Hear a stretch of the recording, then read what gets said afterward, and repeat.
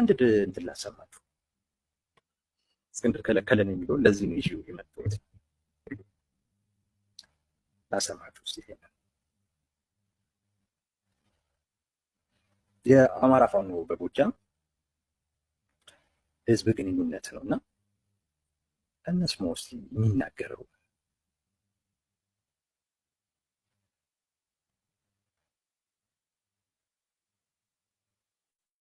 ጉዳይ እንግዲህ ከጎጃም አከርካሪው መተን ያባረር ነው የእነ እስክንድር ኃይል ሸዋ ላይ እንደዚሁም መከላከል ምሽግ ቆፍሮ ነው የሚገኘው።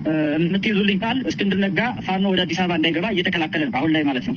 ስለዚህ የእስክንድርን መከላከል ፋኖ በዛም ማለት በዚህ በውድም በግድም ሰብሮ አዲስ አበባ መግባት አለበት። ፋኖ አዲስ አበባ ለመግባት ደግሞ ግዴታ መንገዱ መድረግ አለበት። አብዛኛውን የኃይል ዝግጅት ጨርሰን እንግዲህ ብዙ ወታደራዊ ሚስጥሮች ቢሆኑም በኃይል ደረጃ ከዚህ በፊት እንደገለጽ ነው ለማይቀረው የአራት ኪሎ ጉዟችን ብዙ ዝግጅት እያደረግን ያለ ነው። ነገር ግን እስክንድር ነጋ የሸዋ ወንድሞቻችን ላይ ተኩስ በመክፈትና ስትራቴጂክ ይሆናሉ የተባሉ መልካም ምድሮችን በመቆጣጠር ወገናችንን እያሰቃየ የፋኖ ደግሞ በሸዋ አድርጎ ወደ አዲስ አበባ እንዳይገባ መንገድ ዘግቶ እየተከላከለ ያለበት ሁኔታ ነው ያለው። ይህንን መላው ወገናችን እንዲያውቅልን እንፈልጋለን።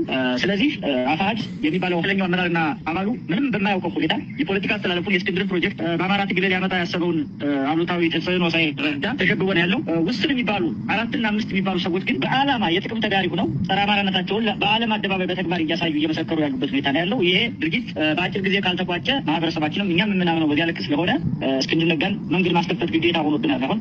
ስለዚህ አፋሕድ የሚባለው ስብስብ የብልጽግና ስብስብ ከጎንደር ከቤተ አማራ ወሎና ሸዋ ያሉ ተዋጊ ወንድሞቻችን በፍጥነት ሽማግሌ እየላኩ ያሉ አሉ፣ መልካም ፈቃዳቸውን ያሳዩ አሉ፣ ባለማወቅ ነው ያሉ አሉ፣ አስፈላጊውን ንግግር እያደረግናቸው ያሉ ሰዎች አሉ፣ የታች አባላት ማለት ነው። እነሱ በአስቸኳይ መሳሪያቸውን እያያዙ ሻምበሎቻቸውን እያያዙ እንዲመጡ እንመክራለን። ሌላው ግን የትግላችን እንቅፋት ሆኖ ለዘመናት አማራ መስለው በአማራ ህዝብ ላይ ጦርነት ሲታወጅ በአማራ ህዝብ ላይ የህልውና አደጋ ሲደቀን ፈዳር ቁመው በለው እያሉ ይባስ ብለው ጸረ አማራ ኃይሎች በሚያቀርቡት ድግስ እየጨፈሩ አማራውን የሚያስመጡ ኃይሎች አሁን አፋሕድ በሚል ተሰብስበው ነው የሚገኙት። አንድ ቢጫ ፌስታል ውስጥ ተጠራቅመው ነው የሚገኙት። ይህን ቢጫ ፌስታል ቆሼ ወስዶ ወይም የቆሻሻ ማጠራቀሚያ ቦታ ወስዶ ማስቀመጥ የእኛ የአማራዎች ስራ ይሆናል። ትግላችንን ለማስተጓጎል የሚደረገው ጥረት በዚህ መንገድ መቋጨት አለበት።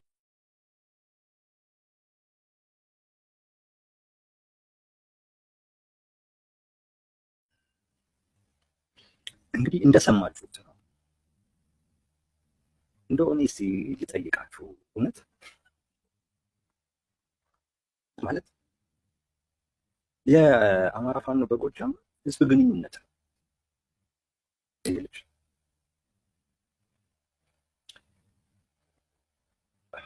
እና አሁን እውነት እንግዲህ ፋኖ ማለት የአማራ ህዝብ የህልውና ትግል እየመራ ያለ ስብስብ ነው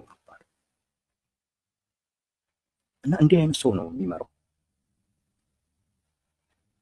እንዲህ አይነት ሰው ነው። ቅድም የነገርኳቸው ነገሮች አሉ። ህዝቡ ላይ የሚፈጽሟቸው ነገሮች የሚሉትና የሚሆኑት የተለያየ መሆን፣ አንዱ ነው ሲባሉ አንድ ለመሆን ሲቸገሩ መታየት። ከዛ በላይ አሁን ይሄ ንግግር ፕሮፓጋንዳ ነው የሚባለው? ምንድን ነው የሚባለው? ይሄ እኮ እውነት እንደው ትግሉ የህዝብን ዋጋ የሚያስከፍል ስለሆነ እንጂ የጎበዝ አቅም የሚገል እኮ ወሬ ነው። በጣም ትልቅ ቀልድ እኮ ነው ይሄ። የሚያስቅ ቀልድ እኮ ነበር። እስክንድር ከለከለን አዲስ አበባ አንድ ኮሜንት አይቻለሁ እና ምንድን ነው የሚለው ኮሜንቱ? እንዴ ባህር ዳርን ከአዲስ አበባ መልስ ነው እንደሚይዙት ይላል። ባህር ዳርን ትተው አዲስ አበባን ይዘው ከዛ በኋላ ነው እንግዲህ ባህር ዳርን የሚይዙት እንደማለት ነው። ይሄ እኮ ንግግሩ ምን አለው መሰላችሁ? ይሄን ማውራት እኮ ያለብህ አሁን አይደለም እኮ። ቢያንስ ባህር ዳርን ይዘህ ብታወራው ነገሩ ቀልድ አይሆንም፣ የሆነ ትርጉም ይሰጣል። ባህር ዳርን ይዘህ የምትለው ቢሆን ምን እያለ ነው? ፕሮፓጋንዳ እኮ ዝም ብሎ አፍ ላይ ይመጣልህን የምትለው አይደለም። ይሄ የሚሰማህን ሰው ካልናክ በስተቀር ስትናገር ጥንቃቄ ያስፈልጋል። ፕሮፓጋንዳ አእምሮክ ላይ መጣለን የምታስበውን ነገር በሙሉ መናገር አይደለም። አንደኛ ይሄ እንዴት ይታሰባል? እዚህ አሁን ፋኖ ባለበት ደረጃ እውነት ይሄ የሚባል ነገር ነው። እስክንድር በዚህ ሊከሰስ ይችላል። አዲስ አበባ እንዳልመጣ እስክንድር ከለከለን። እስክንድር እኮ ባይከለክላችሁ ሊመጡ እኮ ነበር። አሁን ይሄ ሰው እንዲመራችሁ ትፈልጋላችሁ? ይሄ ሰው እንዲመራችሁ ትፈልጋላችሁ? ጥያቄ ማንም አይፈልግም። አንዱ የፋኖን ትግል የገደለው እንደዚህ አይነት አደባባይ ላይ የሚወጡ ንግግሮች ናቸው። አንዱ የሰውን ስሜት በቃ ያራቀው ማለት ነው። ምንድን ነው እነዚህ ሰዎች እንዲህ ያደረገው? ደግሞ እንደዚህ አይነት ቅጥ አምባሩ የጠፋ በፍጹም የፕሮፓጋንዳን ሳይንስ የፕሮፓጋንዳን ጥበብ ጋር የማይቀራረብ አይነት ንግግር ነው። ይህ ልጅ ብዙ እንደዚህ አይነት ንግግሮች አሉት፣ ብዙ አሉት እንደዚህ አይነት ንግግሮች። እንደው አንዳንዱ ሳይወድ በግዱ በቃ ይደግፋል እንጂ አኖ ወደ አማራ እንትን ነው ምናምን ያለ እንጂ አንዳንዱ ይሳቀቃል፣ በንግግር ይሳቀቃል። እንዴ ህዝብ ግንኙነት እኮ ማለት ያንን ስብስብ የሚወክል ማለት ነው። በተደጋጋሚ ጊዜ የሚታይ እኮ ነው።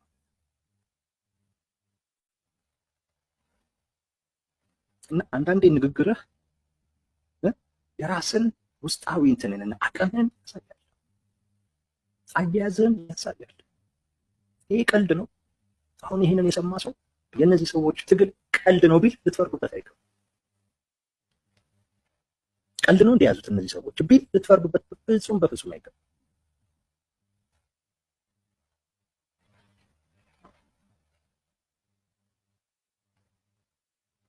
እና እስክንድር ከለከለን አዲስ አበባ እንዳንገባ። አሁን ይህ የሚተነተን አይደለም፣ ይህ ልተነትነው አይደለም ያመጣሁት።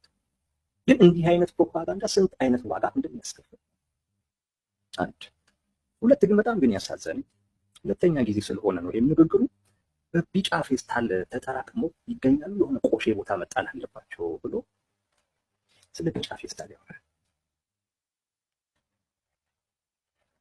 ቢጫ ፌስታል እስክንድር ነጋ በኢህአዴግ ጊዜም ታስሮ በነበረ ጊዜ ሲወጣ ቢጫ ፌስታል ይዞ ነው የወጣው።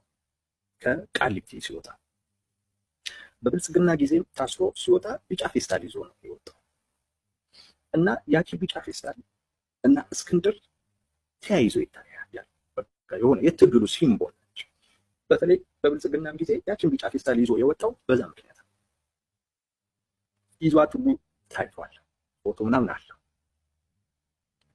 እና ከእስክንድር ትግል ጋር ተያያዘ ነው ቢጫ ፌስታል።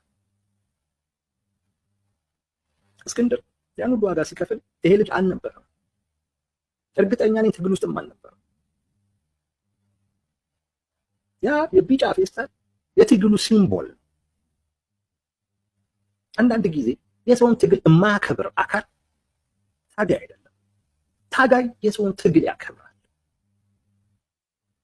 ትግሉን ያከብራል። ከተቸም አካሄዱ አስተሳሰቡ ልክ ከትግሉ አኳያ አይጠቅምም ብሎ የሚያስበውን ነገር ይተቻል እንጂ ትግል አያራክስም። ትግል አያራክስም። እስክንድር ለአማራ ሕዝብ ሲታገል ይሄ መጀመሪያ አይደለም። ቢጫ ፌስታል እስክንድር ነጋ ለአማራ ሕዝብ ሲያደርግ ለነበረው ለአማራ ሕዝብ ጭምር ሲያደርግ ለነበረው ትግል ሲምቦሉ ነው። እንዲሁም በእንደዚህ አይነት ልጅ የሚራከስ አይደለም። ነፋሃድ ደጋፊዎች አሉት። እነዛ ደጋፊዎች አማራዎች ናቸው። የአማራ ሕዝብ ክብር ያለው አካል በዚህ ልክ የሆነ ማህበረሰብ ክፍል መሪ ነው ያለውን ሰው አያዋርድ እና እንደዚህ አይነት ሰው እንዲመራህ የምትፈልግ ከሆንክ ለእኔ ጤናማነት ያጠናጥረኛል። አያከብርህም፣ ታጋይም አያከብርህም። ስለተጣላኸው ስላልተግባባኸው ትግሉን አታራክስም። ትግሉ እኮ ከሱ ስር እኮ ሆኖ ስንት አማራዎች ናቸው አይደል እንዴ አብረውት የሚታገሉት።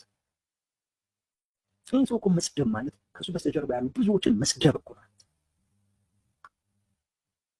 ነውር እኮ ይሄ እውቀት እኮ አይደለም። ይህንን ሰው ፊት ለፊት ልታመጣ አይገባም። በጭራሽ ያንተን ስብስብ ይሄ ሰው እንዲወክል ካደረግከው በቃ እኔ ስላንተ ይነግረኛል ይሄ ሰው። ትግልን ያስገበትን መንገድ ይነግረኛል። ቀልድን ያደረከው ጨዋታን ያደረከው እንደዛ ነው የሚሰማኝ። አንዴ የአብዛኛው በተለይ መንጋ ያለው አእምሮ ትንሽም ቢሆን የሚጠይቀው አካል ከፋኖ ትግል እንዲርቅ እንደዚህ አይነት የፕሮፓጋንዳ አካሄድ ወይም እንደዚህ አይነት ንግግር እንደ ፕሮፓጋንዳ ተቆጥሮ በየጊዜው መነገሩ ጭምር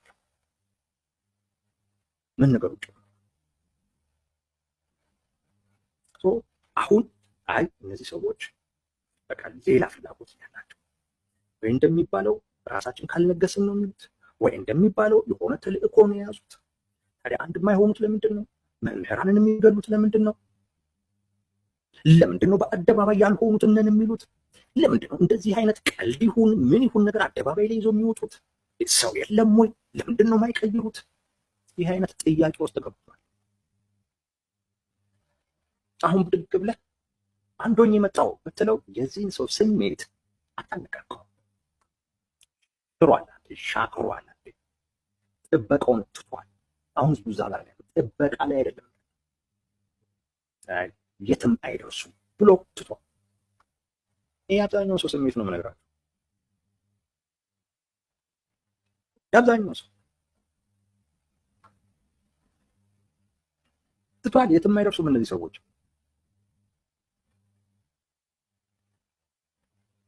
ህዝቡን የምታከብር ቢሆን እንደዚህ አይነት ሰው ፊት ለፊት ይዛ መጣ ይዛ ትመጣ። በፍጹም እንዲህ አይነት ሰው ይዘህ የምትመጣው ህዝቡን ስትንቅ ዝም ብለው እንደዛ ስትል ጥንቃቄ ሳይኖር ሲቀር ነው። ያለንበት እኮ ወቅት ብሔርተኝነት እኮ ይህ ልጅ እኮ የሚያወራውን ነገር እኮ አንዳንዶች እኮ እየያዙት እኮ ከህዝቡ ጋር እያያይዙታል። አማራ የሚሉ እኮ አሉ። እንዴት ማን ነው በዚህ አይነት ሰው የሚቆረው?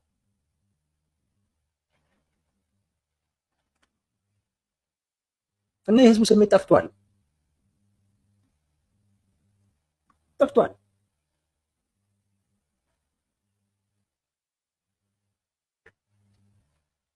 ሰው አሁን ብድግ ብለህ አንድ ሆንኩኝ ብትል አትልም እንጂ ብትልም አይ ዶንት ኖ የህዝቡን ስሜት የምትፈጥር አይመስለኝ፣ የምታነቃቃ አይመስለኝ። ግን እውነት በዚህ አጋጣሚ የአማራ ፋኖ በጎጃም አሉ የምናውቃቸው ሰዎች፣ ከኛም ጋር ትግል ላይ የነበሩ ሰዎች አሉ። እንደ ስንት አቅም ያላቸው ልጆች እኮ አሉ። አቅም እኮ ያላቸው ግን በፊትም ታሪካቸው ጭምር ትግል ሊሆኑ ይችላል። ይህ ለምንድን እንደዚህ አይነት ሰዎች ወደኋላ ተደርገው እንደዚህ አይነት ሰው ወደፊት እንደሚመጣ አይደለም። እንደው የሆነ ጊዜ ታግዶ ነበር አሉ ይሄ ልጅ። ያኔ አስረስ ነበረ ይወጣልናል። አስረስ ማለት በሀሳቡ ባተስማማ ምንም ብትልም ግን ይህ ሪዝነብል ሲሆን ምክንያታዊ ነው።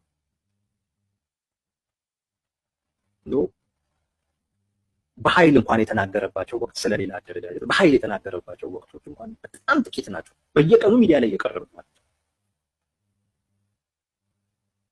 በጣም ጥቂት ናቸው። እንኳን ተሳደበ እኮ አይደለም ማለት ታውትና በኃይል የተናገረበት ወቅት ነው። በጣም ጥቂት ነው። ቢያንስ እውነት ስብስቡን ይመጥናል። ቢያንስ እንዲህ አይነት ሰው ወደኋላ አድርገህ እንደዚህ አይነት ሰው ወደፊት ስታወጣ ለህዝቡ ያለህንም አመለካከት ትግሉን የሚያስገበት መንገድ የሚያሳያል። ይሄ ህዝቡን ተስፋ ያስቆርጣል። የተሻለ ሰው እንጂ የባሰበት ሰው ታመጣለህ እንዴ? ከዛ ውጪ ለታጋይ ክብር ሊኖር ይገባል። ከእስክንድር ጋር የፈለገ ልዩነት ሊኖር ይችላል። ግን ቢጫ ፌስታል ምናምን ያ ቢጫ ፌስታል ለአንተም ጭምር የተከፈለ ዋጋ ነበር። አንተም ጭምር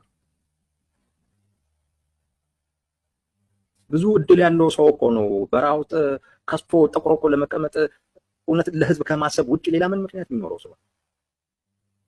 ቢያንስ መከባበር ጥሩ ነው። የራስን ሰው ያንተን ኮዝ የያዘ ሰው ከስሩ ብዙ አማራዎች መሪያችን የሚሉትን ሰው 9-10 ዓመት ዋጋ የተከፈለለትን ትግል እንደዚህ ማናናቅ፣ ማዋረድ ራስንም ያዋርዳል እና የሚጠቅም አይደለም።